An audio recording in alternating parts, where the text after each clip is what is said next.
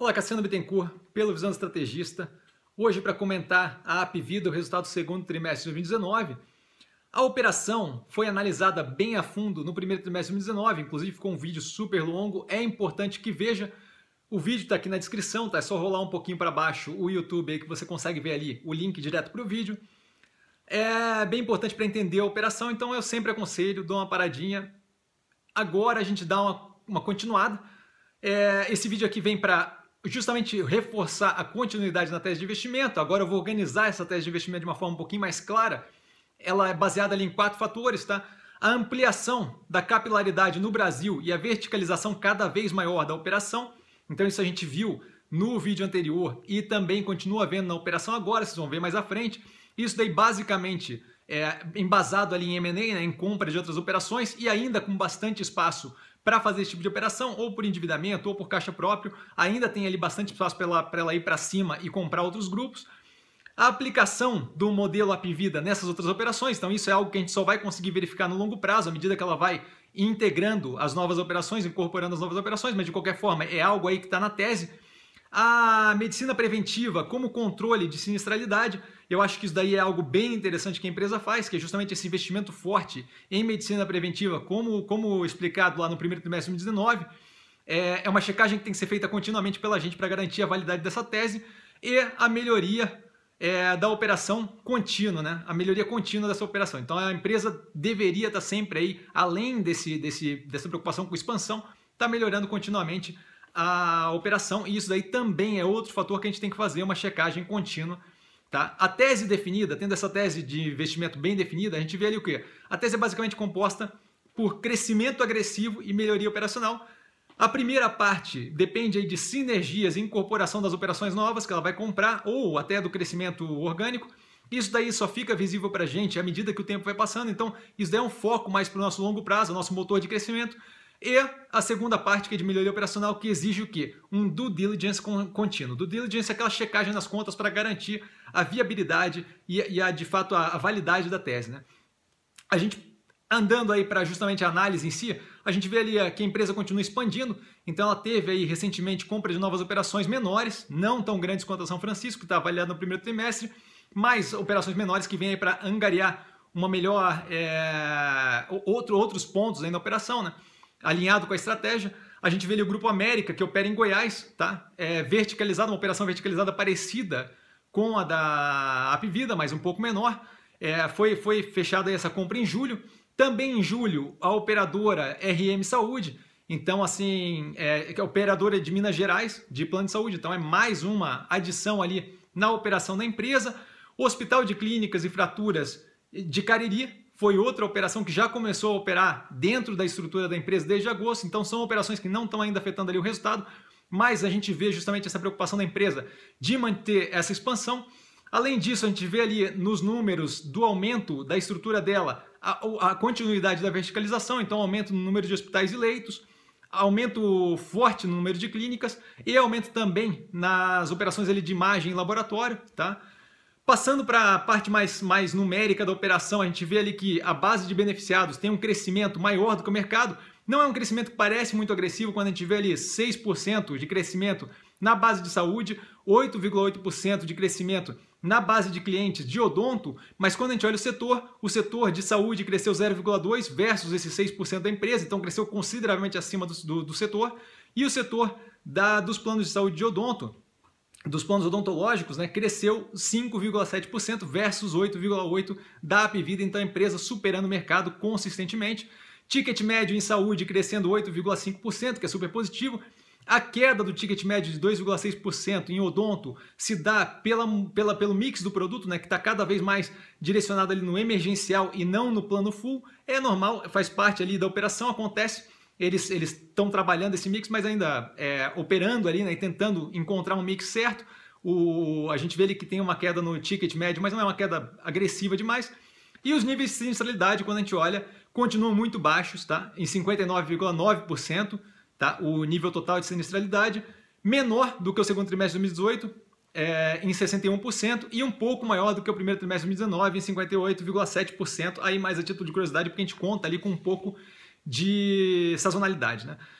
Quando a gente passa para o desempenho financeiro, aí fazendo um due diligence das contas mesmo, e aí agora é um monte de número, mas vocês vão entender onde eu quero chegar, a gente vê ali que tem a receita líquida, a receita operacional líquida, tem um crescimento de 14,9%, trimestre versus trimestre, né? Primeiro trimestre, segundo trimestre de 2019 versus segundo trimestre de 2018, atingindo ali 1,28 bilhões, um número considerável, e 15,1% quando a gente fala semestre versus semestre, primeiro semestre desse ano contra o primeiro semestre do ano passado, atingindo ali 2,53 bi, tá?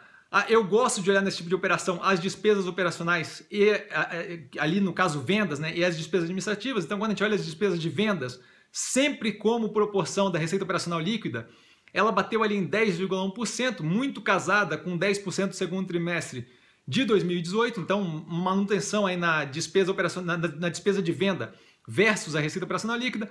Quando a gente fala o semestre, a gente vê ali um ganho operacional, então a despesa de vendas sobre receita operacional líquida no semestre atinge 9,8% versus 10,6% no primeiro semestre do ano passado, tá? E quando a gente olha a despesa administrativa, e aí a gente já tem aí algo para prestar atenção, a gente vê que ela tem uma queda quando a gente compara o segundo trimestre de 2019 com o segundo trimestre de 2018, cai de 11,1% para 10,3%, isso é super positivo.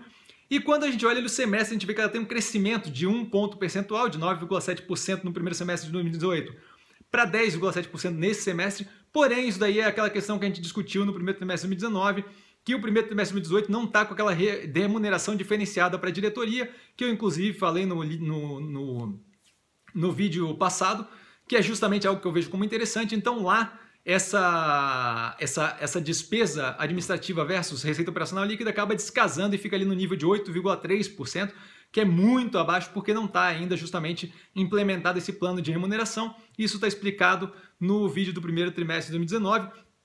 De qualquer forma, mesmo tendo essa justificativa, é importante a gente sempre observar como é que vai evoluir essa despesa administrativa versus receita operacional líquida, tá? Daqui para frente. O EBITDA tem um crescimento agressivo de 28,2%, trimestre contra trimestre, então segundo trimestre de 2019, contra segundo trimestre de 2018, atingindo ali 268 milhões, um número considerável.